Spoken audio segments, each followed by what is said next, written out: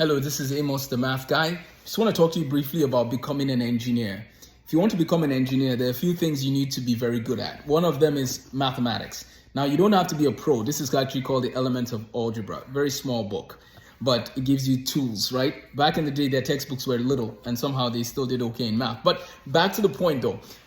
What you need to be an engineer is you need to be good at math, right? Or at least be aspiring to improve your math skills. Be pretty good at computer science if you want to get a little bit ahead in the game, especially if you're in electrical engineering.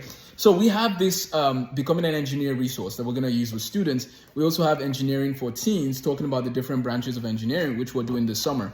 But what I'm integrating in my engineering prep course is mathematics for machine learning. We need to just make that pretty standard, help more engineers to have those skills, or aspiring engineers. And then this is one of my favorite fields, space mathematics. But what I want to talk to you about is, in order to become an engineer or aeronautical engineer specifically, you need to be improving on your math skills even in the summer. We have summer math courses. Reach out to amosthemathguy.com or email amosthemathguy@gmail.com for that. But what I want to do is I want to also talk to you about a few other resources. One of them is the great formulas explained. So students need to know what are the different formulas that you learn in school and how do you use them. Also, I would encourage you to have a handbook of, there's this series that makes handbooks for mathematics. Like engineers have handbooks they can refer to, right? There's certain constants that you need to know or that you can just refer to a manual to see. And so a few more tools for you as you think about engineering. If you like airplanes, it makes sense to read The Wright Brothers by David McCullough, right? So it makes a lot of sense to do that. And then if you love electricity discussions, then we have Faraday Maxwell here.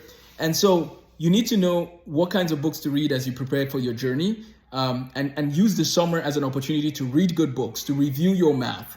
And one last major thing, you need to learn how to learn using these two resources.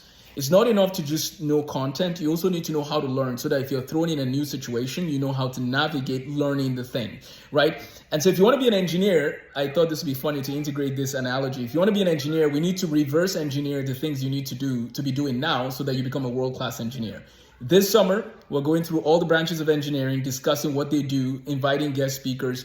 We're also going to NASA on June 10th. At 10:30 a.m., we're going to meet by the jets, and then we're going in, we're having a tour, and then I'm going to give a lecture, as well as some people from my team, on innovation and creativity and Python and Scratch.